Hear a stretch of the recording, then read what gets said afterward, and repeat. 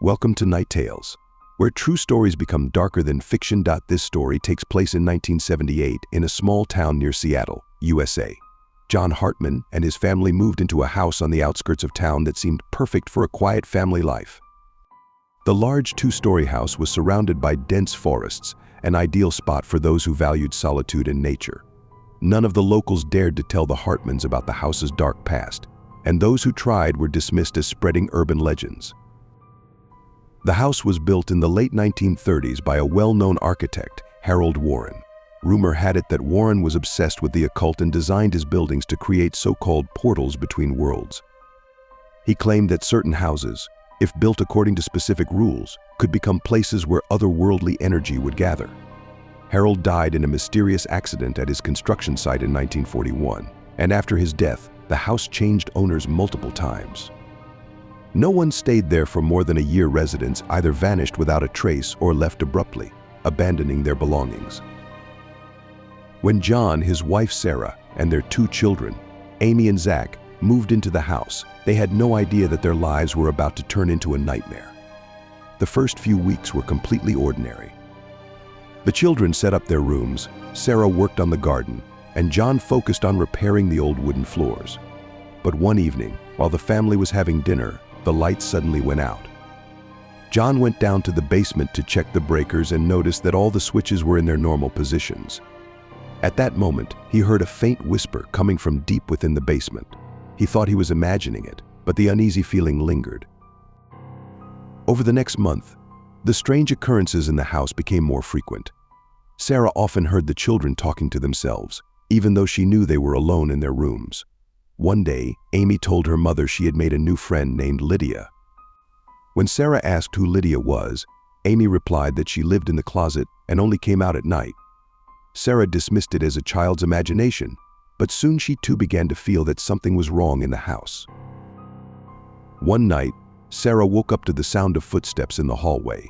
She thought one of the children had gotten up for a drink of water, but when she went to check, the hallway was empty. The door to Amy's room was slightly open, and she heard a soft whisper coming from inside. When Sarah peeked in, she saw her daughter sitting on the bed, seemingly talking to someone. When asked who she was speaking to, Amy calmly replied, "Lydia. She says we won't be here for long." From that moment on, the situation in the house deteriorated rapidly.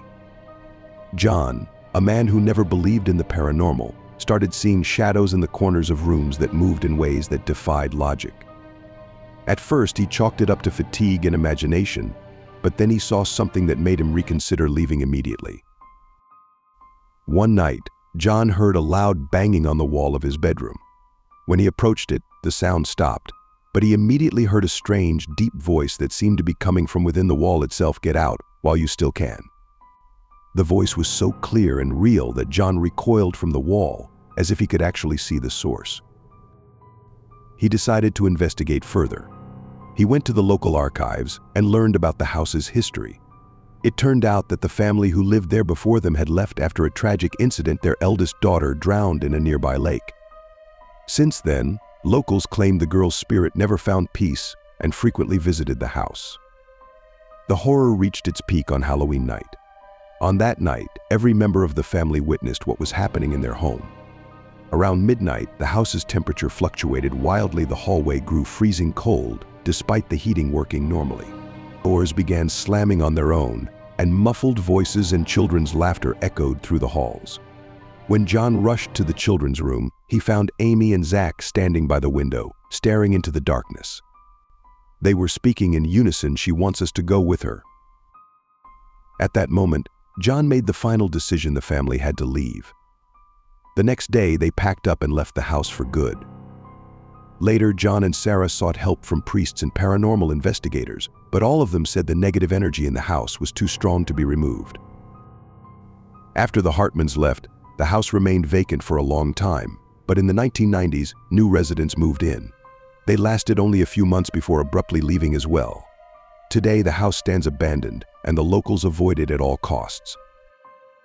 Some researchers claim the Hartman story and the numerous owners of this house may be connected to the occult practices of Harold Warren, the architect. While there's no solid evidence, many believe the house acts as a kind of trap. where dark energy accumulates and feeds off those who dare to enter.